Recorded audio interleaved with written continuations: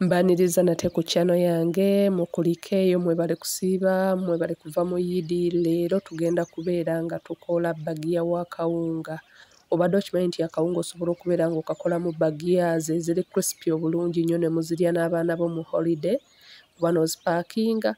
So obeera nga ofuna maize flour obeere nga omuno ogattamu amazzi nga bwe tusifumba akawunga nga bw'ofumba akawunga ewaka oba ugali abamu bamuyita. So obeera ng'oteekamu kisinzira ekigero kye weetaaze. Nakozesezza hafu y'akakopo aka flour then embeera nga nkozesa obukopo bwabadde nga 3 ku 4 obw'amazzi. So tandika okubeera ng'ogoya paka ng'omuntu agoyeza ddala akawunga.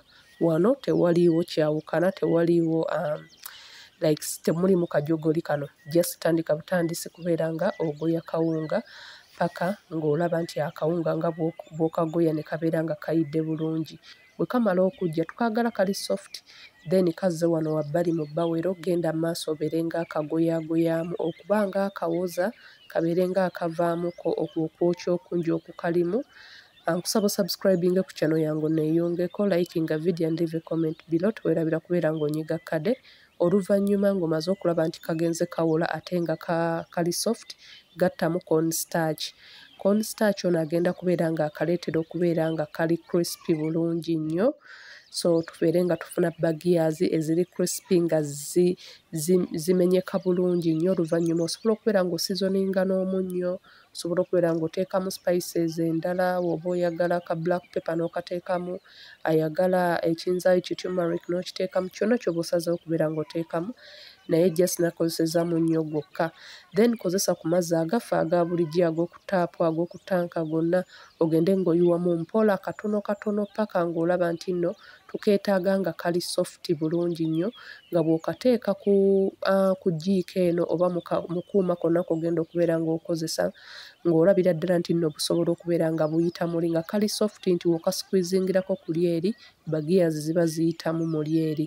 Oluvannyuma ekyo ng'omaze okubeera ng'okifuna beera nga kati oteekako butto wakyamuka. Tandika okubeera nga osqueezinga bagiyas zo zino obeere nga ozisiika mu butto. Osobola okulaba nti process nnyangu nnyo. Mu kaseera buseera bagiyas oba ozifunye ewaka n'oba okozesezza kawunga nno akasuzeewo nako kakola. Singa okateekamu amaanyi n'okayiwamuko otuzzi tutonotono n'ogenda ng'okanyiga okakrushinga okakkana era ofunye results zino eza ddo eri soft bulungi nnyo ng'esobola okubeera ng'eyita mu kuumako bulungi nnyo. So tandika okubeera ng'osiika oba wakaziteekamu tozitabulamu kuba ziba zikyali soft, so ziba zijja kumementukira mu butto. So zirinde nga zimaze okubeera nga eziringanga ezitandika okuba nga zihardeninze, ogenda kubeera nga kati otabulamu katono nga bw'omuti bwe mulaba. Kusaba osubscribinge ku channel yange, likinga video and leave a comment below. Nyamba buli w'olaba video beera nga olikinga video. Kino kiyamba YouTube algorithm okubeera ng'eteekayo video zange ne zibeera nga zirabwa, ne zibeera nga nfuna views, ne mbeera nga abantu basubscribinga to my channel. So ngeri emu gy'osobola okubeera ng'onyambako channel yange okuba nga ekula ng'olikinga video ng'osharinga with your family and friends. Then bagiyas zino zisiike paka nga zibrowninze. Olaba nga zitandise okuba nga ezibrowninga zijjeemu because wali wabbali ziba zigenda kuba zikyalimu heat ono, ziba zeeyongera maaso okubeera nga zibrowninga. So we ziba zaakatandika w'oba oziggyiramu tozirinda paka nga zonna zimaze kubrowninga. Then kino kikole ogende maaso. Osobola okukozesa ne kano ka grater akayina ewaka, nako kennyini kakola bu designs obw'enjawulo obwa bagiyas.